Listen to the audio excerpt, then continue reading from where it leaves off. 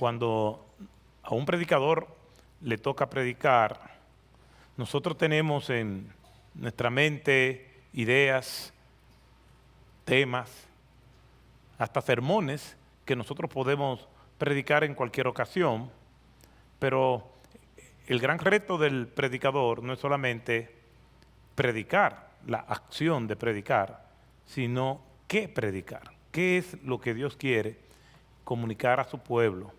Y eso requiere pues oración, y después de orar quiero pues compartir un pasaje de las Escrituras, un libro de las Escrituras que plantea situaciones muy puntuales y muy comunes como las que nosotros nos planteamos. Normalmente el impiadoso, el injusto, la persona que no tiene ningún tipo de temor de Dios, normalmente no tiene carga por las injusticias como nosotros la podemos tener. Nosotros los cristianos no estamos ajenos a los males que aquejan nuestra sociedad. Y para ponerla más difícil para nosotros, pues nosotros sabemos que ningún hombre va a traer bienestar a esta humanidad. Y eso digo que nos la pone más difícil porque hay personas que viven con la esperanza de que esto se va a componer y que va a ser mejor en algún momento.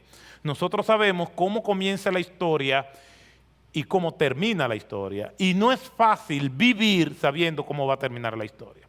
Por lo tanto, esas preocupaciones que nosotros tenemos no son exclusivas de nosotros. Y uno se plantea preguntas que realmente no tienen respuesta, y casi todas estas preguntas tienen que ver cómo nosotros manejamos el sufrimiento humano y conciliarlo con un Dios justo y bueno. Esa es una de las preguntas más cruciales que yo tengo que manejar y que tengo que decirle, me atormentan en ciertos tramos. ¿Por qué? Porque al ver la complejidad del mundo en que nosotros vivimos, tantas situaciones desalentadoras y de sufrimiento, donde los consuelos que nosotros podemos darle a las personas que están en esa situación no están al alcance de nuestras palabras. Es estar con una pareja que pierde su único hijo después de tantos problemas en tener. Es ir y acompañar a una familia que pierde su única hija cerca de su cumpleaños para entrar a la adolescencia. ¿Cómo nosotros podemos conciliar esos episodios de personas piadosas y justas con un Dios amoroso y santo? Cuando vemos cómo los grandes intereses de este mundo están al servicio del mal, cómo la prensa y cómo los imperios mediáticos nos guían como corderitos por el camino que ellos quieren que nosotros vayamos. Cómo se nos lava el cerebro en un sistema democrático donde nosotros creemos que estamos libres de la manipulación. Cómo el empresario justo se quiere abrir camino en sistemas corrompidos. Cómo la justicia es torcida a favor de los que más tienen.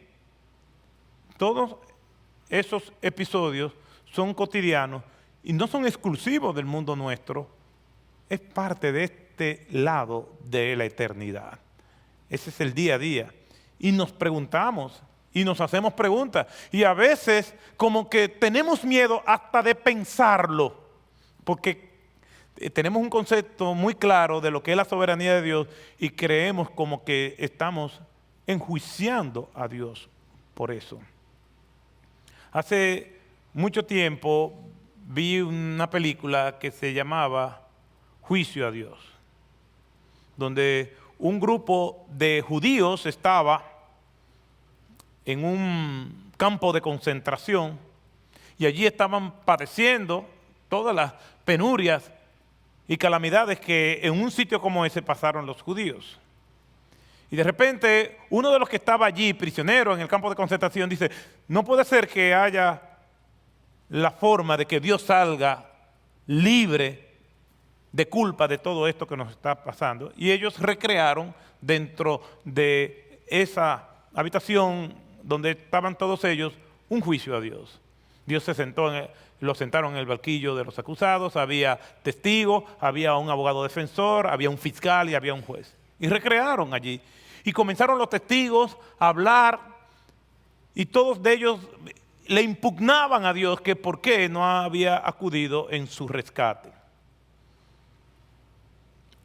El abogado defensor presentó sus argumentos, el fiscal también, los testigos hablaron y ahora le tocaba al juez emitir un veredicto.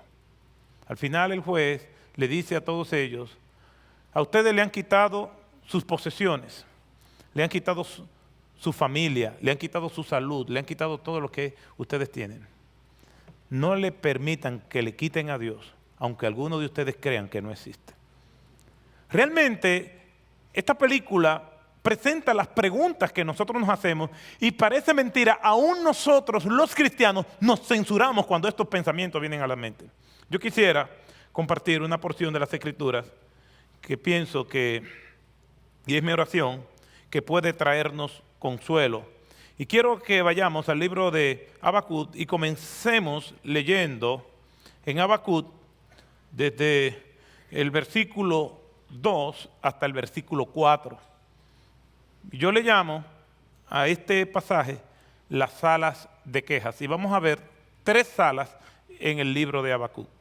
Y dice así el versículo 2 en adelante del capítulo 1 de Habacuc: ¿hasta cuándo, oh Señor, pediré ayuda y no escucharás? ¿Clamaré a ti violencia y no salvarás? ¿Por qué me haces ver la iniquidad y me haces ver la opresión? La destrucción y la violencia están delante de mí. Hay rencilla y surge discordia. Por eso no se cumple la ley y nunca prevalece la justicia, pues el impío asedia al justo. Por eso sale pervertida la justicia. El Señor nos ayude a exponer su palabra con fidelidad y claridad. De tal manera, oh Dios, que tu pueblo pueda entender tu palabra y pueda aplicarla.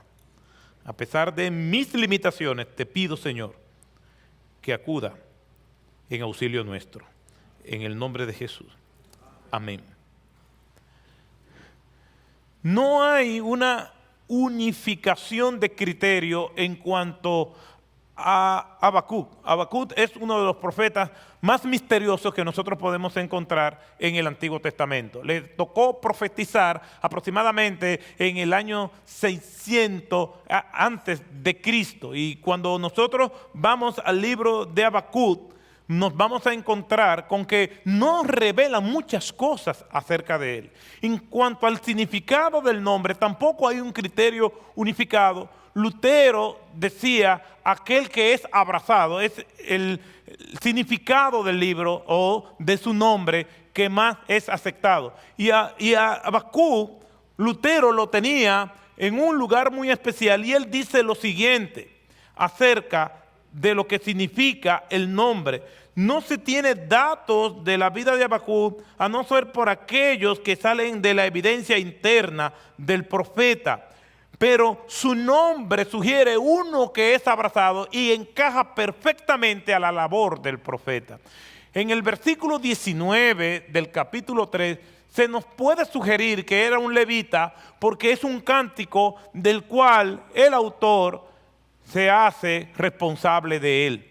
Lo cierto es que Habacuc plantea problemas muy actuales, muy semejantes a las que nosotros tenemos que enfrentarnos hoy en día. Cuando nosotros leemos ese capítulo 1, debemos imaginarnos como Habacuc en una audiencia, en una sala de quejas, quejándose delante de Dios. Y plantea preguntas que para nosotros pudieran ser irreverentes o muy arriesgadas. Habacuc se presenta delante de Dios y dice: ¿hasta cuándo pediré ayuda y no escucharé? Y no escucharás. ¿Hasta cuándo? La expresión "hasta cuándo" implica que él tiene tiempo clamando por algo que no llega. Que el profeta está agobiado por algo que él está viendo, pero parece ser que Dios no escucha. Es lo que él está planteando. A Habacuc le tocó profetizar en uno de los periodos más corruptos y de mayor injusticia del pueblo hebreo. De hecho, por todas esas injusticias, el pueblo hebreo iba a ser pronto llevado al cautiverio. En uno de los episodios más difíciles de la triste historia del pueblo de Israel. Y a Habacuc le tocó profetizar en ese periodo. El mismo contexto revela cómo la injusticia se paseaba sin ningún tipo de control. Cómo los poderosos oprimían a los más débiles. Cómo la justicia era torcida. Habacuc dice: ¿hasta cuándo pediré ayuda? Yo estoy clamándote a ti, estoy pidiéndote a ti, y tú pareces que no escuchas. Hay violencia por donde quiera y Dios parece ser indiferente. Hay veces que uno clama al Señor, y en mi experiencia particular, una de las cosas más difíciles en nuestra relación con Dios es enfrentarnos a los silencios de Dios. Donde uno clama pidiendo dirección por algo y uno no ve evidencia de que Dios ha respondido. John Stott dice que la voluntad de Dios podemos clasificarla en dos: la voluntad general de Dios y la voluntad particular de Dios. La voluntad general de Dios está claramente en las Escrituras y nosotros podemos discernirla con facilidad. Podemos discernir, por ejemplo, si nosotros tenemos que ser generosos con los demás, que tenemos que congregarnos, que tenemos que cumplir con la misión de Dios. Todas esas cosas están claras en las Escrituras y nosotros podemos manejarlas. Pero el asunto se complica cuando tienen que ver con particularidades. Cuando nosotros le estamos pidiendo al Señor por algo muy puntual, por algo muy particular, y vemos como que Dios no responde. Cuando nosotros estamos pidiéndole por algo y Dios te toma su tiempo. Y esperar en el Señor puede llevarnos a nosotros a la desesperación.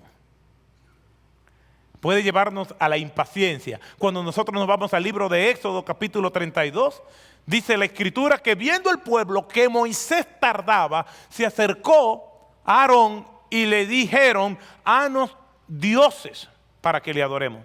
Porque al tal Moisés ese no sabemos qué le ha pasado.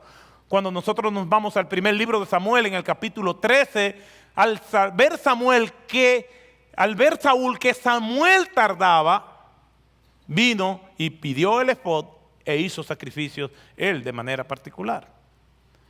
Nos desesperamos cuando las cosas no se dan en el tiempo en que nosotros queremos. Aquí hay una situación de calamidad y de tragedia nacional.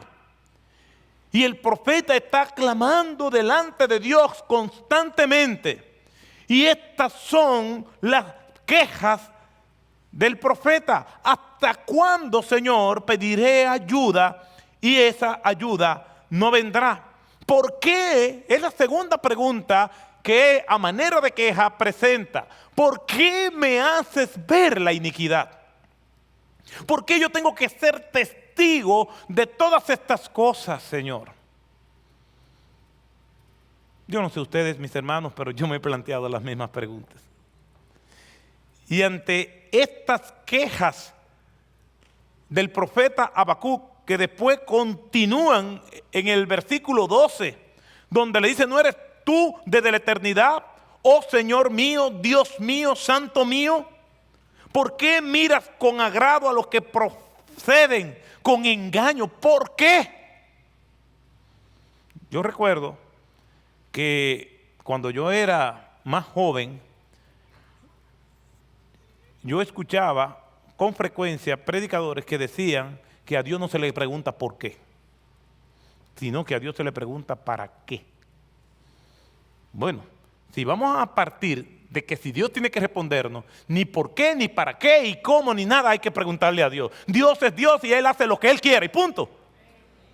Pero aquí vemos a Habacuc preguntándole a Dios por qué y hasta cuándo.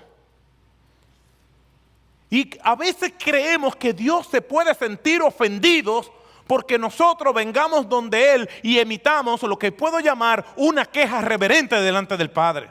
El Padre nos conoce. Él sabe que pasamos por tramos en nuestras vidas donde nosotros no vemos con claridad su voluntad.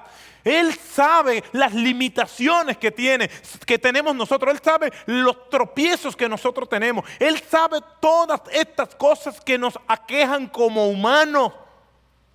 Él sabe que es difícil. El mismo Señor Jesús después diría: en el mundo tendréis aflicción. Vivimos en un mundo complejo de contradicciones, de injusticia, en un mundo perverso y malo, que por eso será destruido. Y el Señor reinará por siempre y nosotros reinaremos por siempre con Él. ¿Por qué? Porque este mundo no sirve. El Señor sabe todas estas complejidades.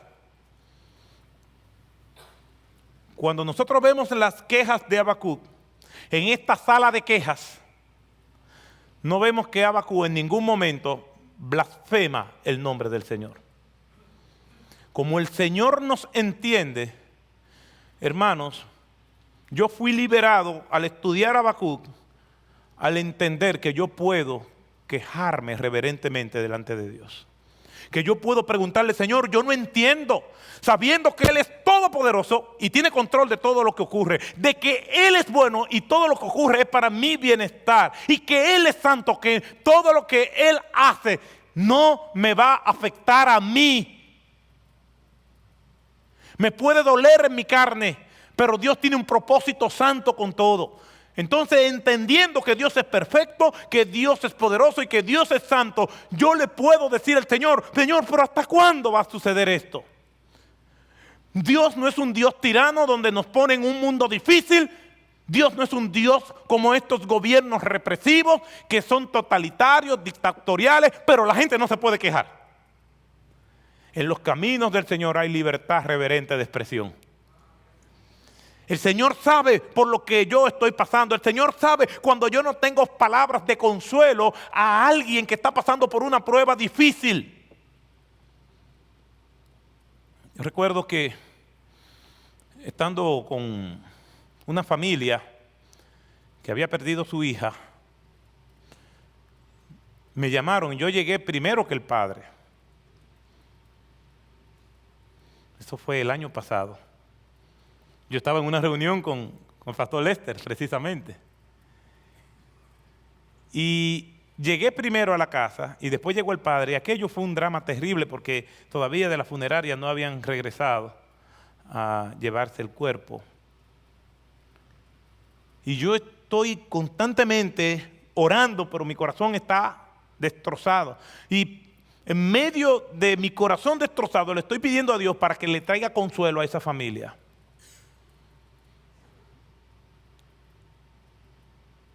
Y ya cuando llegó la funeraria, ya había un grupo grande de hermanos de la iglesia, estaban los pastores también. Y yo dije: vamos a tener un tiempo de oración, por favor, antes de que se vayan con el cadáver. Y oramos. Y la señora de esa familia me agarró por las manos, de rodillas, llorando encima del cuerpo de su hija, y me dijo: pastor, Dios es bueno. Y el papá me dice: nosotros no entendemos, pero váyase tranquilo, que nosotros no vamos a blasfemar el nombre del Señor. Pero ellos se planteaban preguntas. Pero Señor, ¿por qué esta prueba? Nosotros lo hacían reverentemente porque ya habíamos aprendido que podemos quejarnos reverentemente delante del Señor. Podemos decirle, Señor, pero cuánta iniquidad voy a tener que ver, cuánta injusticia voy a tener que ver. ¿Por qué estas noches tan largas? ¿Por qué estos desvelos constantes? Pero lo cierto es que cuando nos autorreprimimos creyendo que Dios se va a sentir ofendido, lo que hacemos es entonces hundirnos en un mar de amarguras. El venir y expresar nuestros sentimientos reverentemente delante de Dios nos hace sobrellevar aquellas situaciones. El mismo salmista, hablando de la confesión de pecados, pero también en ese Salmo 32 nos habla lo que significa callarnos. Mientras callé se envejecieron mis huesos. Maquinando ahí, ya sea por confesar pecado o por no sacar lo que nosotros tenemos en lo más profundo de nuestro ser. Para eso tenemos pastores, para eso tenemos amigos, que son los instrumentos que Dios nos pone para nosotros desahogarnos y poder hablar. Y tener nuestras salas de quejas para hablar de las quejas que nosotros tenemos. Podemos quejarnos reverentemente delante de un Dios santo y amoroso. Y aquí vemos a Habacuc en la sala de quejas, expresando sus más profundos sentimientos delante de Dios. Yo, con cierta frecuencia, voy a la sala de quejas y le hablo al Señor, le expreso mis sentimientos. Y yo sé que mi Dios no es un Dios tirano, sino que Él está comprendiendo por lo que yo estoy pasando. Me recuerdo de que tengo un sumo sacerdote que no deja de compadecerse de mis situaciones, de mis debilidades, sino de uno que fue tentado en todo, pero que nunca pecó. Él sabe lo que yo estoy pasando. Por eso podemos acercarnos confiadamente al trono de la gracia y vamos a hallar gracia y misericordia según la situación que nosotros estemos viviendo. Hermanos, yo no sé cuáles son tus cargas y cuáles son tus preocupaciones, pero yo sé que en un colectivo como el que hay aquí, hay personas que están pasando por pruebas difíciles. Hable sinceramente con Dios. Exprese las profundidades de su corazón, tal y como lo hizo Habacuc. Ahora, yo le voy a decir una cosa. Yo soy pastor, ya nuestro querido hermano y pastor Rafael Alcántara, porque yo no le puedo decir Rafaelito, dijo que yo tengo 25 años como pastor. Y en esos 25 años, pues uno ha tenido que lidiar con distintas clases de personas. Y como pastor sé que hay personas que cuando me llaman es para quejarse. Yo tengo mi lista de los 10 más buscados por clasificaciones. Los 10 más buscados, quejas. Los 10 más buscados, amargura. Los 10 más buscados, problemas. Ya yo lo tengo. Pero eso entre nosotros. Y gloria a Dios por el cole, el ID. Porque cuando me llama yo, y suena, y yo lo miro. Dime, hermano, ay, pastor, la queja. Porque hay hermanos que se han quedado en la sala de quejas y todo el tiempo es una quejabanza. Y la queja es contrario a la alabanza. No hay un motivo para agradecer, para sonreír, para darle gracias a Dios. Son hermanos débiles que todo el tiempo están en una tragedia, pero cuando están en un momento de felicidad, no llaman a uno. Ay, pastor, te lo estoy llamando para agradecerle su oración. Mire, se resolvió el problema, todo muy bien, me aumentaron, sí, da un chequecito. No, nada de eso. constantemente quejándose. Y nosotros vemos a Habacuc en la sala de quejas, pero Habacuc no se quedó ahí. Es verdad que la queja es reverente, pero hay un tiempo para todo. Es verdad que yo tengo que expresar mis sentimientos al Señor. Es verdad que yo tengo que venir delante del trono de la gracia, pero no siempre para quejarnos. Cuando nosotros saltamos al capítulo 2, vemos entonces todo lo contrario. Ahora Habacuc calla y Dios es el que habla.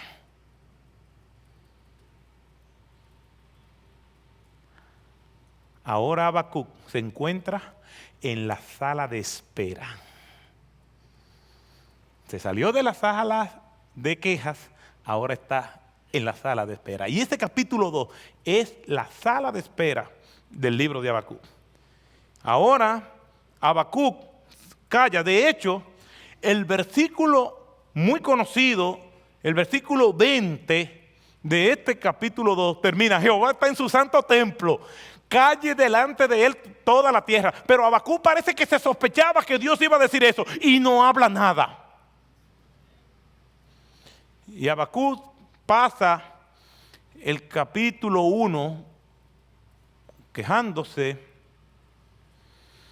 y haciendo preguntas. Ahora Dios es el que habla, Habacuc calla y Dios hace las preguntas. Cuando nosotros vamos al libro de Job, sucede algo semejante. Vemos el capítulo 1 del libro de Job, vemos el capítulo 2, todo lo que comienza a pasarle a Job. Y entonces comienza a partir del capítulo 3 el drama de Job. Y durante todos esos capítulos, hasta el capítulo 37, 38, Job y sus amigos son los que hablan, pero Dios está callado. Después Dios comienza a hablar y Dios es el que hace las preguntas. Y vamos a ver episodios muy semejantes en las Escrituras, a veces al revés, a veces en forma de afirmaciones, a veces en forma de preguntas. Cuando Nicodemo se acerca al Señor en el capítulo 3 del libro de Juan, Nicodemo llega haciendo afirmaciones. Y no le dice al Señor, Señor, le dice Rabí. Es decir, está hablando de un colega a otro colega y comienza a hacer afirmaciones. Pero el Señor comienza a hacerle preguntas y de manera irónica el Señor le dice a Nicodemo: tú eres maestro de Israel y no sabes estas cosas. Entonces Nicodemo calla. El que llegó haciendo afirmaciones ahora no tiene respuesta. Y eso lo vamos a ver constantemente en las Escrituras. Lo vemos en el libro de Job de una forma, lo vemos en ese diálogo del Señor con Nicodemo de otra forma, y ahora lo vemos también en el libro de Habacuc. Ahora Dios plantea las preguntas y Habacuc calla. Y Dios plantea, resumiendo este capítulo 2, haciendo una serie de ayes o lamentos por la condición del pueblo. Para Habacuc hay una parte del pueblo que es víctima y otra parte que es el victimario, pero para Dios todos son culpables. Para Dios no hay gente, para Dios no hay personas que están libres de culpa. Para Dios todos se han apartado, para Dios todos son pecadores, para Dios todos merecen juicio y castigo. Y básicamente estos ayes del Señor comienzan en el versículo 9 del capítulo 2. Ay del que obtiene ganancias ilícitas para su casa, para poner en alto su nido, para librarse de la mano de la calamidad. Ay, no importa quién sea, pero el Señor está dando a entender que así es que está el pueblo, en un egoísmo rampante donde las personas se han olvidado del prójimo, donde todo el mundo está viviendo para sí mismo. Ay de aquel que engaña al otro. Ay de aquel que ha endurecido su corazón y no es sensible a las necesidades del otro, o peor aún, que les viola sus derechos al otro para beneficiarse de él. Dios dice, esas personas tendrán juicio. Esas personas, yo sé lo que están haciendo, yo no estoy ajeno. Él le está contestando a Habacuc. La iniquidad que Habacuc ve, también Dios la está viendo. Dios no es ajeno a eso. Cuando nosotros estemos pasando por situaciones de dolor, Dios no se ha ido de este mundo. Dios no es como creen los deístas, que Dios hizo el mundo y deja que el mundo se gobierne solo. No, Dios está pendiente del mundo. Dios tiene control de todo lo que está pasando. Nada escapa al control de Dios. Hay algunos creyentes que no entienden la soberanía de Dios. Y para defender a Dios, porque conozco a algunos de ellos y sé que al no comprender la soberanía de Dios, quieren defender a Dios. Y dicen, no, lo que pasa es que el mundo tiene sus leyes. Y cuando hay un terremoto es que el mundo tiene sus leyes, y esos terremotos son problemas de las capas tectónicas y Dios pues lo deja. Pero Dios no mandó el terremoto. Yo no sé por qué Dios lo mandó. Yo lo que sé es que Dios lo mandó. Yo no sé por qué el justo padece. Yo sé que Dios tiene control de todo eso. Si Dios no quiere, lo va a librar. Pero yo no puedo decir que el mundo tiene sus leyes para proteger a Dios, porque voy a tener mucho tropiezo con las Escrituras. Los que no creen en la soberanía de Dios no son atormentados por estas preguntas. El tormento lo tenemos nosotros, que sabemos que Dios es soberano y que tiene control de todas las cosas y que Él es el responsable de todo esto. Si Él quisiera resolverlo, Él lo resuelve. Yo lo ilustro de la siguiente manera. Dios tiene toda la gloria por salvarnos, pero nosotros todo el crédito por perdernos. Nosotros tenemos toda la responsabilidad por nuestros padecimientos, porque nosotros somos pecadores y no somos tan justos como nosotros creemos que somos. Somos justos cuando nos comparamos con los que son más perversos que nosotros, pero delante de un Dios santo también somos hallados culpables. Nosotros pecamos con el pensamiento, pecamos con nuestros labios, pecamos con nuestras acciones, y aún cuando algo es bueno y no lo hacemos, también pecamos. Calcule cuántas veces al día nosotros pecamos.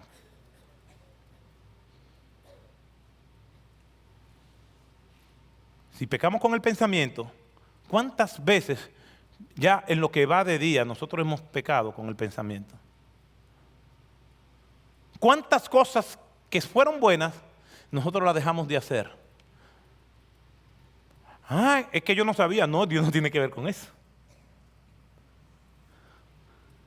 ¿O cuántas cosas dijimos hoy, en lo que va del día de hoy, que no fueron correctas? Cuando nos vemos como Dios nos ve, entonces nos damos cuenta que no somos tan inocentes como nosotros creemos. Y eso es lo que Dios le está diciendo a Habacuc. No hay dos clases de personas, justos y malos. No, todos son malos. Todos merecen el juicio. Todos merecen, comparado con mi santidad, ser castigados y ser enjuiciados. Dios está viendo el asunto desde el punto de vista de su absoluta y perfecta santidad. Nosotros somos indulgentes con nosotros mismos y nos comparamos con los demás. Normalmente con los que están en desventaja con relación a nosotros. Dios presenta su segundo ay diciendo: ay del que edifica una ciudad con sangre y funda un pueblo con violencia. Nosotros no sabemos si Fidel Castro, Dios tuvo misericordia de él y lo salvó. Pero estuve viendo algunas noticias ayer y reportajes, y estaba viendo uno en particular que le hicieron en el año 1979, un periodista desconocido, y le hizo un reportaje muy extenso. Y él le dijo: ¿y qué usted piensa de los derechos? Y dice: bueno, decía Fidel Castro, la Constitución de los Estados Unidos dice todos los hombres son hechos de igual manera y con igual dignidad delante del Creador. Y entonces el periodista le pregunta, ¿y usted cree en eso? Dice, sí, en la Constitución sí, ¿en el Creador? No. No sabemos si Dios tuvo misericordia de él. Pero, si Dios no tuvo misericordia de él, ya Fidel Castro sabe quién es Dios.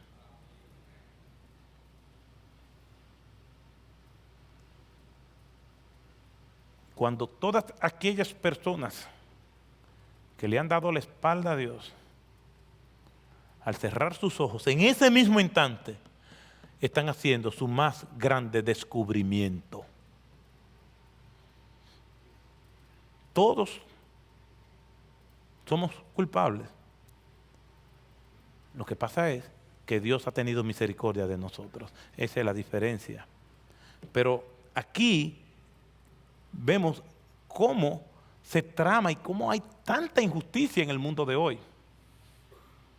Viendo un reportaje que le hicieron a Julian Assange y otros medios noticiosos, tratando de uno interpretar las noticias en un mundo tan manipulado como el que nosotros vivimos, pues habla de cómo se creó la crisis del Medio Oriente para movilizar tantos refugiados para desestabilizar ciertas regiones.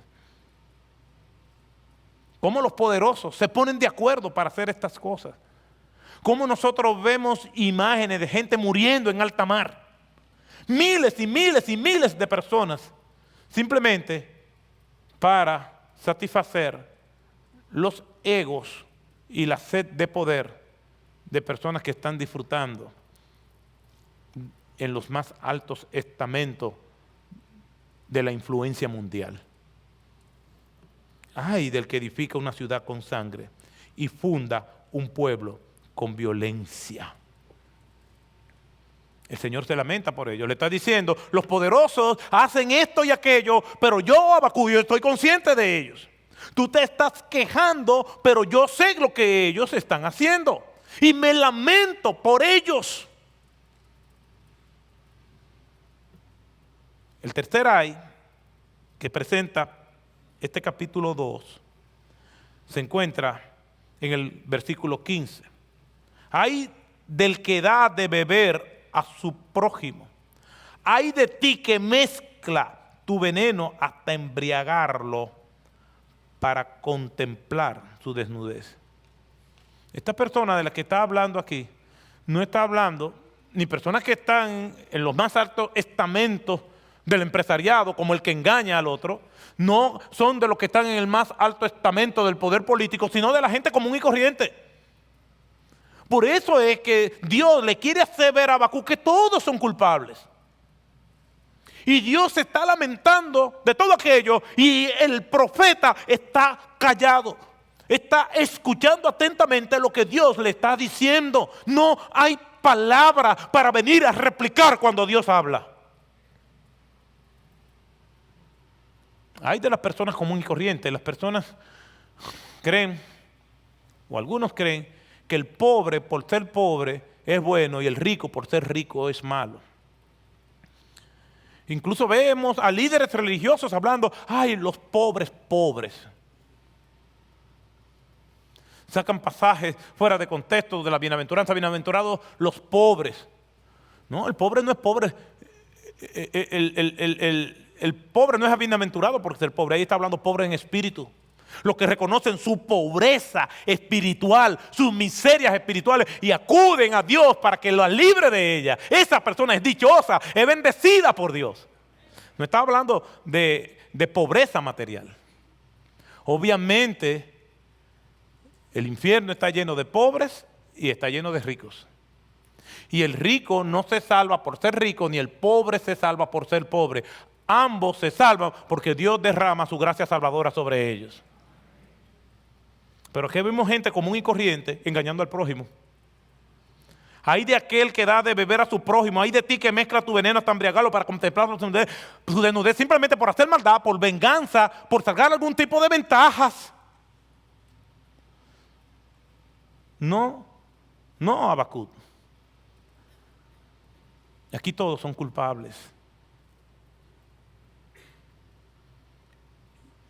Y a veces la pobreza material lleva a algunos a justificar sus anarquías. ¿Y por qué te tira basura en la calle? Lo que pasa es que yo soy pobre. Yo vi un reality video en días pasados donde dejaban caer 2,000 pesos, creo, 1,000 pesos. Y el productor lo hizo para probar la honestidad de nosotros como dominicanos. Y él iba caminando y tiraba 1,000 pesos y le decía a la persona, mire, se le cayeron 1,000 pesos. Ay, sí, gracias. ¿Son suyos? Sí, son míos. Increíble. Pero, ¿usted está seguro? ¿Delante de Dios son suyos? Sí, mire, yo tenía aquí. Solamente 2 personas dijeron que no era de ellos. De un total como de 5 o 7 personas.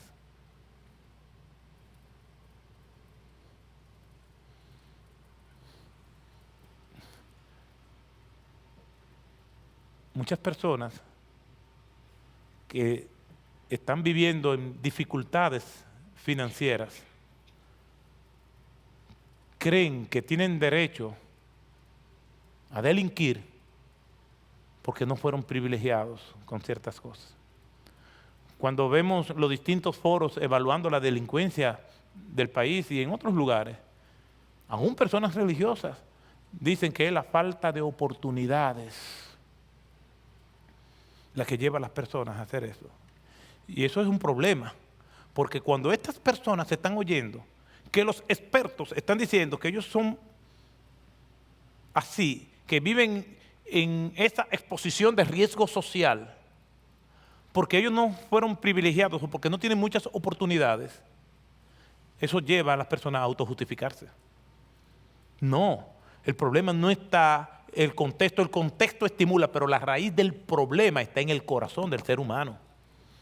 Tenemos iglesias de confesiones diferentes a nosotros, en barrios muy marginados, de mucho riesgo social. Y esos hermanos son diferentes porque Cristo gobierna en su corazón, expuesto a las mismas condiciones. El Señor no está hablando aquí de clases sociales, el Señor está hablando del corazón. ¡Ay del que hace lo malo! No importa si es rico o si es pobre. Y el último lamento del Señor tiene que ver con la corrupción espiritual. Versículo 16. ¿De qué sirve el ídolo que su artífice ha esculpido o la imagen fundida, maestra de mentiras, para que su hacedor confíe en su obra cuando hace ídolos mudos? ¡Ay del que dice al madero, despierta, o a la piedra muda, levántate! Están bajo juicio los que promueven la corrupción espiritual como los que se dejan arrastrar. Aquí todos están bajo juicio. No es como tú crees, Habacuc. Tienes derecho a quejarte de manera voluntaria, irreverente, pero todos son culpables.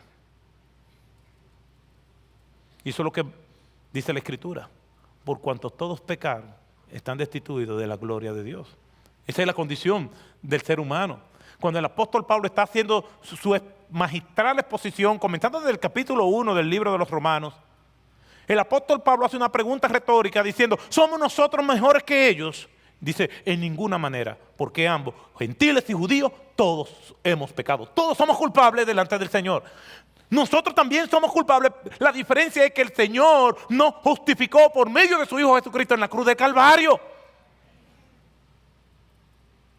Pero aquí está la sala de espera Y no me imagino lo que significó para el profeta Habacuc tener que oír la voz de trueno del Señor.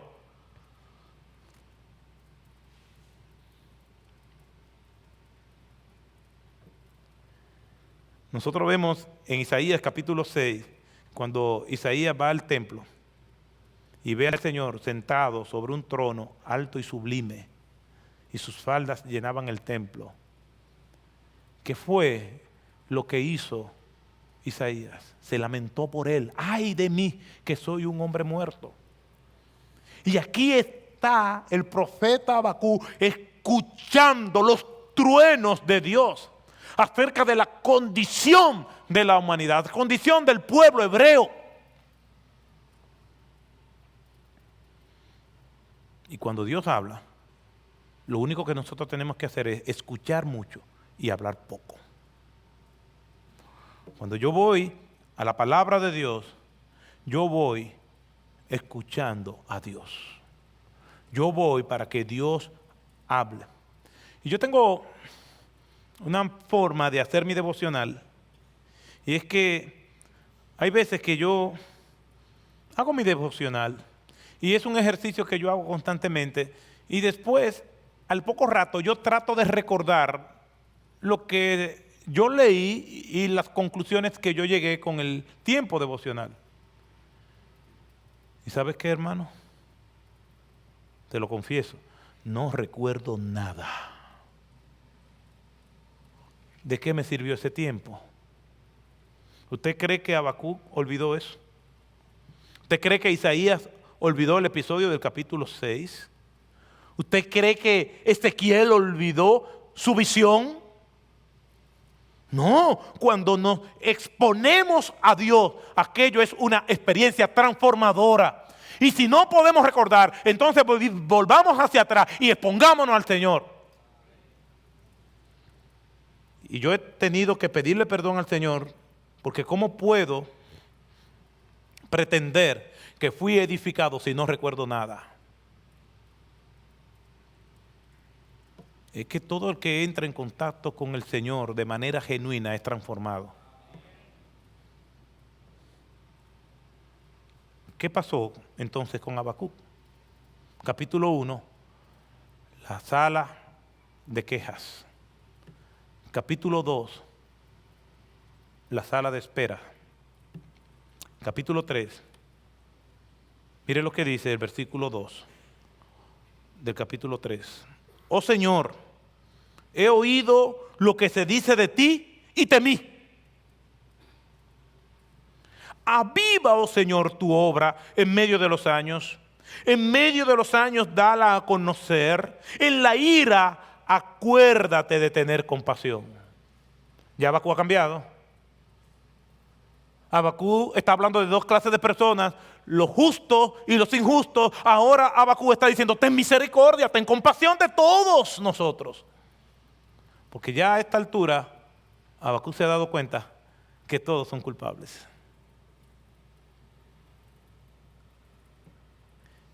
Desde el versículo 3, Habacuc hace memoria de quién es Dios, de su poder, de su trascendencia, de su relevancia, de su alcance.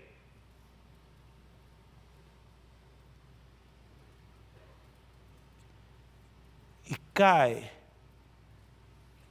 en un tiempo de reconocimiento de los atributos de Dios.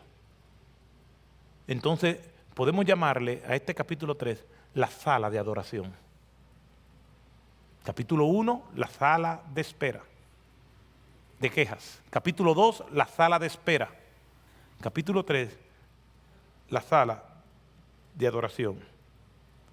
Dice el versículo 16, oí y se estremecieron mis entrañas, a tu voz temblaron mis labios, entra podredumbre en mis huesos y tiemblo donde estoy.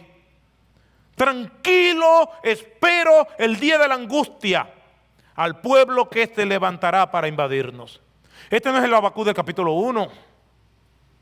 aunque tenemos permiso para quejarnos reverentemente delante de Dios, aquí Habacuc entonces hace lo mismo que le pasó a Isaías cuando está frente a esa majestuosidad y a esa santidad de Dios. Ahora Habacuc dice: oí y se estremecieron mis entrañas.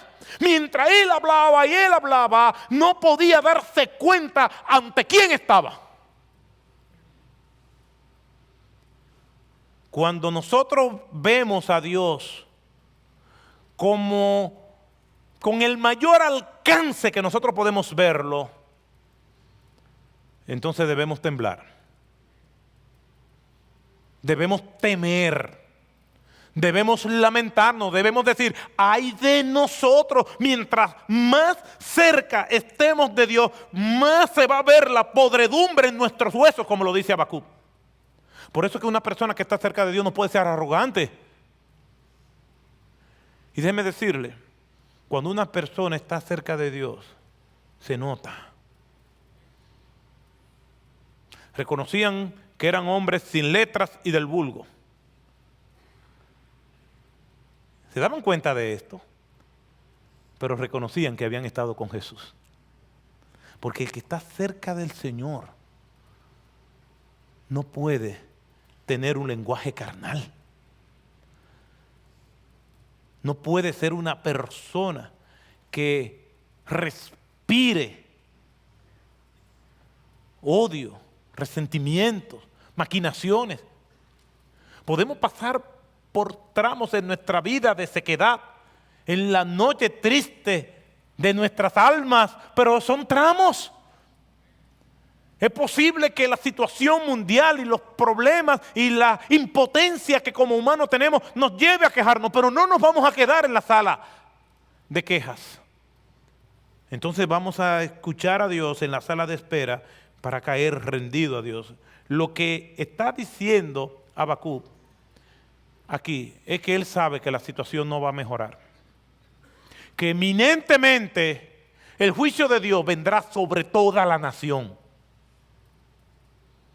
Él dice: tranquilo, espero el día de la angustia al pueblo que se levantará para invadirnos. El estar cerca de Dios nos hace estar así, tranquilos, en paz. Es un diagnóstico terrible. Nos dieron pocos días de vida. Yo fui a ver una hermana en Estados Unidos, hermana de una hermana de nuestra iglesia, y fuimos el año pasado, estábamos de paso y pasamos por donde ella vivía y fuimos a visitarla, con un cáncer que la estaba devorando.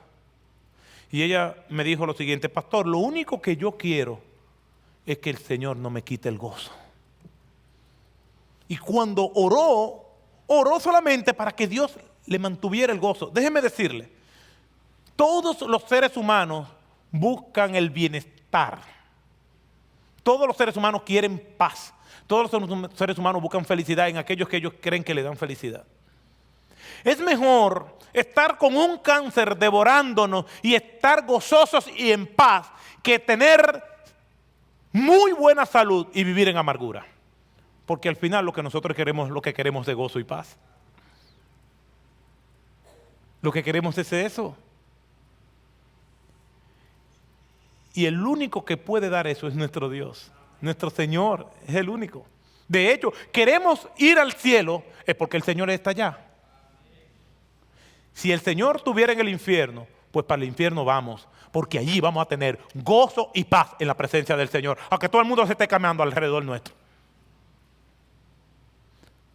¿Por qué? Porque lo que le da sentido es el Señor. Ya Habacuc sabe que todo aquello va a terminar mal. A mí me gusta cómo la Nueva Traducción Viviente traduce el texto de Nehemías, capítulo 1, versículo 3. En la versión Reina Valera del 60 y la versión Biblia de las Américas dice: los que están allá de la cautividad están en gran dolor y afrenta. La Nueva Traducción Viviente dice, las cosas no andan bien. Tiene una tremenda carga dramática a pesar de ser una traducción moderna. Porque ese dramatismo que tienen las versiones clásicas a veces se pierde en las traducciones en nombre de la claridad del texto. Y aquí las cosas no van a andar bien, se van a poner peor. Y Nehemías eleva un cántico que el Señor en su providencia hace que nosotros también nos edifiquemos con él. Aunque la higuera no eche brotes, ni haya fruto en las viñas, aunque falte el producto del olivo y en los campos no se produzcan alimentos, aunque falten las ovejas del aprisco y no haya vacas en los establos, con todo yo me alegraré en el Señor, me regocijaré en el Dios de mi salvación. El Señor Dios es mi fortaleza, Él ha hecho mis pies como los de las ciervas y por las alturas me hace caminar. Bendito sea el Señor. Habacuc sabe que los caldeos vendrán, pero eso no le trae amargura a él. Cuando yo veo todas las cosas que ocurren en este país y las luchas que tenemos con tanta opresión, con tantas infiltraciones, manipulaciones, al ver la delincuencia común, al ver los feminicidios, al ver tantas cosas que deprimen, yo quiero conocer la realidad y voy a luchar para hacer todo lo que como cristiano y ciudadano me compete. Pero yo siempre le digo al Señor, no deje que la realidad me amargue. No deje que la realidad me quite el gozo. Y esto es lo que está diciendo. Lo que está diciendo aquí es sumamente revelador. Él sabe más que nadie que el juicio de Dios vendrá. Él sabe que las hordas de Nabucodonosor van a entrar a la ciudad de Jerusalén y la van a desbaratar, la van a pulverizar. El templo va a ser calcinado, los muros van a ser derribados. Él sabe todo esto y le digo, hermano, no es fácil mantener el gozo sabiendo cómo va a terminar la historia.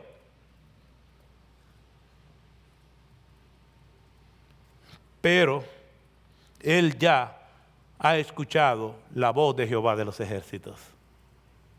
Una de las evidencias que nosotros tenemos de la resurrección de nuestro Señor Jesucristo es el testimonio de sus discípulos. Aquellos que en las horas de la crucifixión están huyendo, de repente están dispuestos a morir por un hombre que ellos dicen que resucitó. ¿Y cómo iban a temer? Cada vez que recordaban las palabras del Señor, voy a preparar moradas para vosotros. ¿Cómo van a temer cuando el mismo Señor le dijo, yo voy a estar con ustedes todos los días hasta el fin del mundo? Estaban conscientes de la presencia del Señor, por eso no había temor. Ya lo habían visto morir y lo habían visto resucitar. Estaban dispuestos a morir por Él sin problema. Ese Señor está con nosotros también. Y tenemos la certeza de que nos va a acompañar en los momentos de gozo y en los momentos de prueba dura. Es un apóstol Pablo cantando himnos después de haber sido torturado en una cárcel de Filipo. ¿Por qué? Por la conciencia clara de que el Señor estaba ahí. Nosotros, al igual que Habacuc, nos movemos en estas tres salas. Las salas de las quejas, la sala de la espera y la sala de la adoración. Hace tiempo leí un poema de un autor argentino, Francisco Bernardes, con el cual me identifico. Para terminar, quisiera leérselo.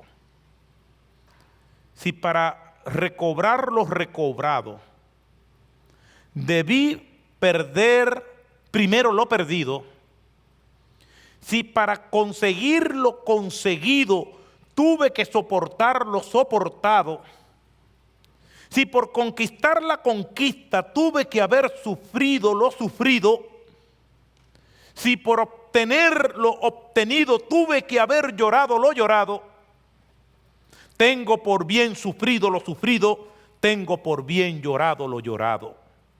Porque después de todo he comprobado que no se goza bien de lo gozado, sino después de haberlo padecido. Porque después de todo también he comprendido que lo que el árbol tiene de florido, viene de lo que tiene sepultado. Me llama la atención este poema porque en nuestros padecimientos, en nuestras angustias y sufrimientos, es que normalmente nos acercamos más a Dios. El sufrimiento es un medio de gracia de nuestro Señor para que nosotros estemos más cerca de Él. Por eso recordamos las palabras de Lutero sobre cómo podemos ser buenos teólogos. Estudio de la palabra, oración y sufrimiento.